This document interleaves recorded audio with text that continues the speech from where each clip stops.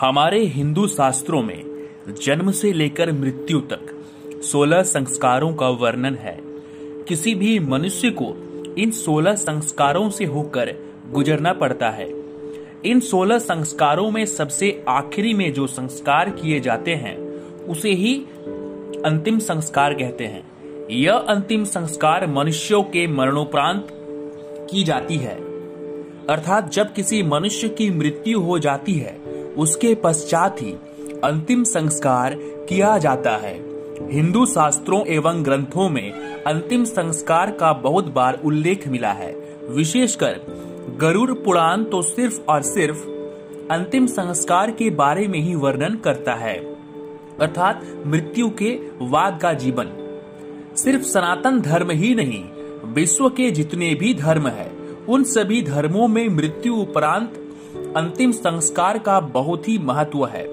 हर धर्म में अंतिम संस्कार करना अनिवार्य बताया गया है। अगर मृत्यु के पश्चात किसी मनुष्य का अंतिम संस्कार न किया गया हो तो उसकी आत्मा इसी मृत्यु लोक में भटकती रहती है, उसे कभी मुक्ति नहीं मिलती।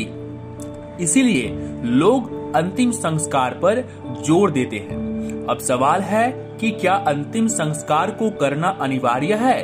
तो इसका उत्तर है जी हाँ, अंतिम संस्कार का होना अनिवार्य है। गरुड़ पुराण की माने तो अगर किसी मनुष्य का मरणोपरांत अंतिम संस्कार विधि पूर्वक न किया जाए तो उस व्यक्ति की आत्मा इसी लोक में भटकती रहती है और उसे कभी मुक्ति नहीं मिल पाती, जिससे वो आत्मा उन सभी लोगों से रुष्ट हो जाती है जिन्होंने उनका अंतिम संस्कार विधि पूर्वक नहीं किया हो।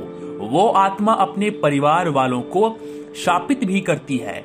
आपने अक्सर देखा होगा कि जब किसी व्यक्ति की मृत्यु हो जाती है तो उसके परिवार वाले उनका अंतिम संस्कार पर यही विधि विधान और धूमधाम से पूजा पाठ करते हैं और उनका पिंडदान भी सही समय पर कर देते हैं।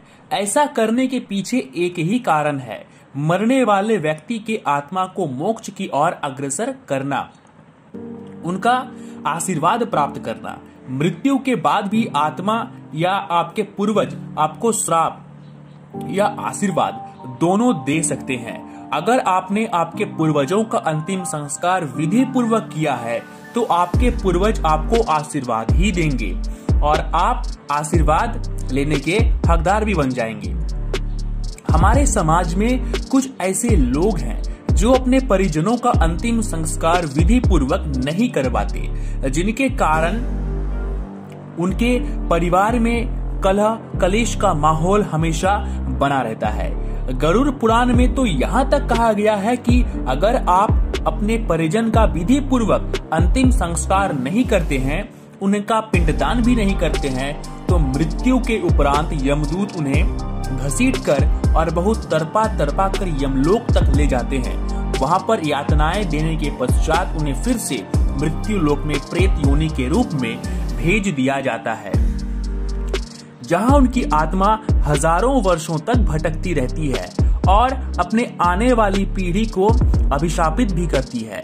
मृत्यु के पश्चात जो श्राद्ध कर्म होता है, उस श्राद्ध कर्म में आपको अपने मृत परिजन का पिंड दान करना पड़ता है।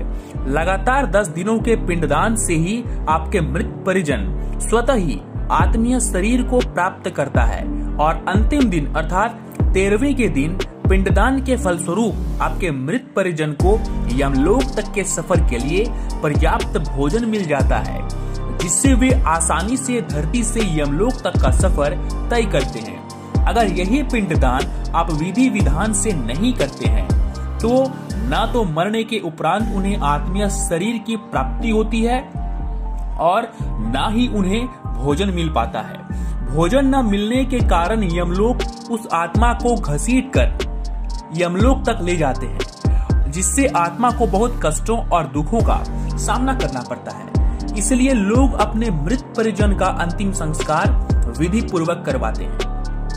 विधि पूर्वक किया गया अंतिम संस्कार के फलस्वरूप मृत व्यक्ति के आत्मा को यमलोक तक की सफर जो 12 महीनों की होती है करने की शक्ति मिल जाती है, जिसे वे काफी आसानी से पार कर लेते हैं। ऐसा गरुड़ पुराण में कहा गया है कि अगर आप विधि पूर्वक अंतिम संस्कार या पिंडदान करते हैं तो आपका मोक्ष मिलना और भी आसान हो जाता है।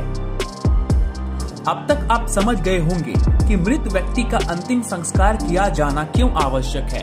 ऐसे ही रोचक तथ्यों के बारे में जानने के लिए देखते रहिए इवनिंग अड्डा। हमारे चैनल को सब्सक्राइब अवश्य कीजिए, वीडियो को लाइक एंड शेयर करना बिल्कुल भी न भूलें। अगली एपिसोड में हम किसी नए विषय पर बात अवश्य करेंगे। दोस्तों, आप हमारे चैनल के